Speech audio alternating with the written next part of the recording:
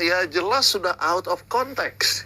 Ya, sebab ini berbicara mengenai masalah basuh tangan, sama sekali tidak membahas mengenai masalah makanan. Ya, jadi Yesus atau murid-muridnya itu mereka tidak makan makanan yang haram. Ya, mereka selalu makanan halal sesuai dengan apa yang dikatakan di dalam Alkitab.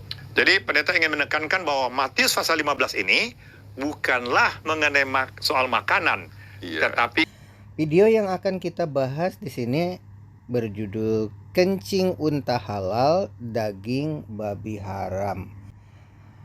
Apa hikmahnya bagi orang Islam? Lain, mari kita simak. Ada tikus masuk dalam bejana minyak. Terus Maimunah nunjukkan, Muhammad, ini ada tikus mati di dalam bejana minyak. Muhammad bilang, buang tikusnya, cedok minyak sekeliling tikus, minyak lainnya silakan dipakai. Ini caranya orang muslim yang halal di dalam hadis. Nih, saya sudah scankan di dalam buku saya. Kalau Anda tidak punya uang untuk beli buku, susah nyari ini, Anda bisa cari buku saya. Semuanya sudah saya scan, saya tunjukkan kutipannya, penerbitnya. Termasuk nih, umat muslim dihalalkan mengkonsumsi makanan minuman yang kemasukan lalat. Kata hadis, lalat itu punya dua sayap. Di sayap yang satu ada racun, di sayap yang satu itu ada penawarnya. Tampaknya ini adalah ilmu pengetahuan atau ilmu kedokteran, bisa dimanfaatkan untuk obat-obatan. Ini tentu sungguh luar biasa, menyangkut farmasi juga. Boleh dikatakan bahwa hal ini merupakan syiar Islam.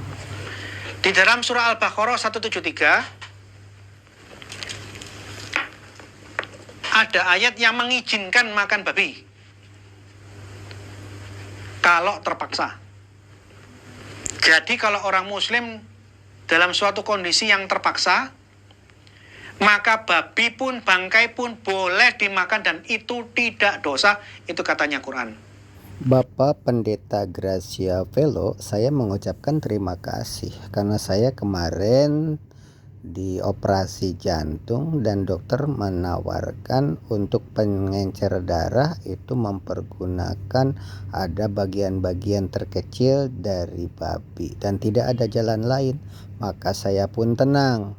Ternyata yang memberitahu adalah Pendeta Gracia Velo ini. Dan akhirnya saya pun bertanya pada Ustadz dan Kiai, jika dalam keadaan terpaksa bukan yang haram menjadi halal, tetapi diperkenankan. Intinya dalam keadaan darurat, bukan menjadi halal. Itu pun jika tidak ada jalan keluar lainnya. Demikian Pak Pendeta. Tidak menghina, memang seperti ini aturan pola makan Islam. Khusus yang ini saya keberatan jika ini dikatakan sebagai pola makan Islam. Ini dalam keadaan darurat. Orang Islam itu harus hati-hati mencari makanan, Pak Pendeta. Tentang kencing unta dan air perasan dari kotoran unta saya belum menemukan ini. Tetapi air perasan tahi unta juga pernah dikonsumsi, bahkan dipakai untuk semacam hand body, kira-kira gitu. Hadis dan ayat Al-Quran yang dibahas Pendeta Gracia Velo ini tampaknya khusus dalam keadaan darurat, tetapi dianggap sebagai pola makan umat muslim. Tampaknya saya tidak sependapat untuk hal ini. Halal makan bangkai paus, yang mana bangkai paus ini tentu haram, tidak boleh dimakan oleh orang Yahudi. Umat Islam halal makan bangkai paus, yang mana bangkai paus ini tentu haram, tidak boleh dimakan oleh orang Yahudi. Saya makan makanan ikan asin dari pasar, itu merupakan ikan-ikan yang sudah mati. Dan saya nggak tahu apakah ketika ditangkap ikan cucut, ikan gurame, tongkol, ikan, apapun yang dari laut, apakah itu bangke atau bukannya yang sudah diasinin itu? Atau tidak sunat, itu masalah sekunder dan tidak ada kewajiban. Harus makan ini atau makan itu, tidak boleh makan ini, tidak boleh makan itu, atau harus disunat, tidak ada. Ini keputusan Konsili Yerusalem. Kalau masalah Konsili Yerusalem mungkin saya tidak ikut-ikutan, silahkan monggo. Kita harus saling toleransi ya pendeta, mangga. Menghina Islam, tidak, saya tidak mau menghina Islam. Saya hanya membacakan. Tidak menghina Islam, tapi untuk dalam keadaan darurat seperti suasana peperangan atau kelaparan begitu. Terima kasih sudah diberitahu oleh Pak Pendeta, mengingatkan kembali saja mungkin. Syekh Albani, saya hanya membacakan apa kata hadis-hadis sahih mengenai pola makannya umat Islam. Maaf, bukan pola makan, tapi dalam keadaan darurat ini adalah solusi alternatif. Mari kita cari sumber agama Kristen dari pendeta yang lain ya. Mudah-mudahan berimbang tentang haram dan halal. Apakah benar Kristen itu tidak boleh makan babi atau diperbolehkan? Demikian juga babi hutan, karena memang berkuku belah, yaitu kukunya bersela panjang, tetapi tidak memamah biang. Haram itu bagimu. Saudara-saudari, dalam ayat ini babi itu haram dan tidak boleh dimakan. Tetapi ada di antara kita mengatakan bahwa kedatangan Yesus ke dunia bukan saja menggenapi hukum-hukum Taurat di dalam perjanjian lama, tetapi juga menghalalkan semua makanan yang haram.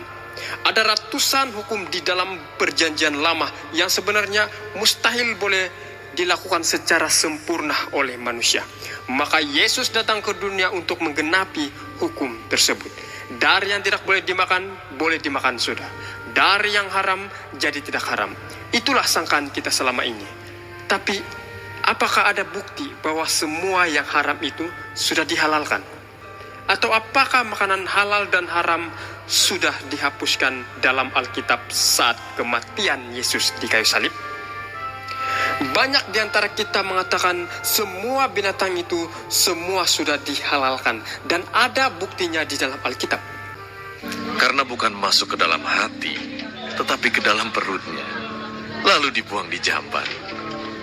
Dengan demikian, ia menyatakan semua makanan halal. Saudara-saudari, kalau kita membaca hanya satu ayat ini tanpa memahami ayat sebelumnya atau cerita keseluruhannya, pasti kita juga berpendapat bahwa memang benar semua makanan itu dihalalkan. Murid Yesus makan dengan tangan najis, yaitu tangan yang tidak dibasuh. Sebab orang Farisi dan orang Yahudi tidak makan kalau tidak membasuh tangan terlebih dahulu, karena mereka memegang adat istiadat nenek moyang mereka turun-temurun.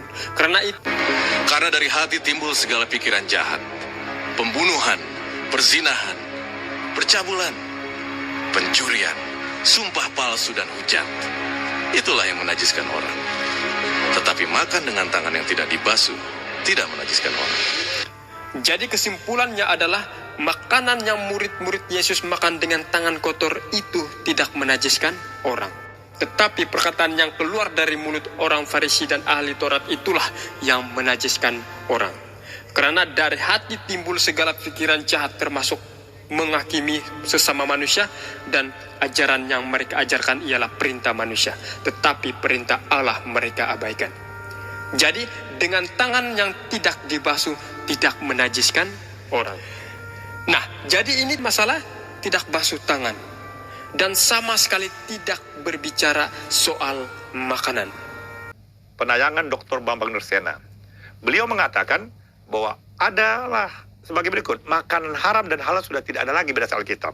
Pendeta sendiri bahwa makanan haram dan halal itu sudah dihapus di Alkitab oleh kematian. Adalah halal, ya jelas sudah out of context.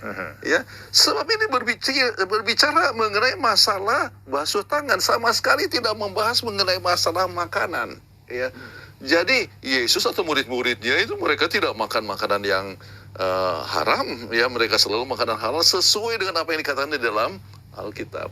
Jadi kesimpulannya alhamdulillah, ajaran Yahudi, ajaran Kristen, ajaran Islam kalau diambil benang merahnya banyak persamaan, dan tinggal kita mengikuti ajaran Nabi atau yang membawakan kitab-kitab suci itu mengajarkannya bagaimana, kita ikuti saja yang itu. Alhamdulillah ada titik temu. Mari kita pelajari berdasarkan ajaran agama Islam yang dibawakan oleh para kiai, karena barusan kita membahas tentang ajaran yang dibawa oleh para pendeta. Mari kita bersama-sama membuka ajaran para kiai. Selamat mempelajari.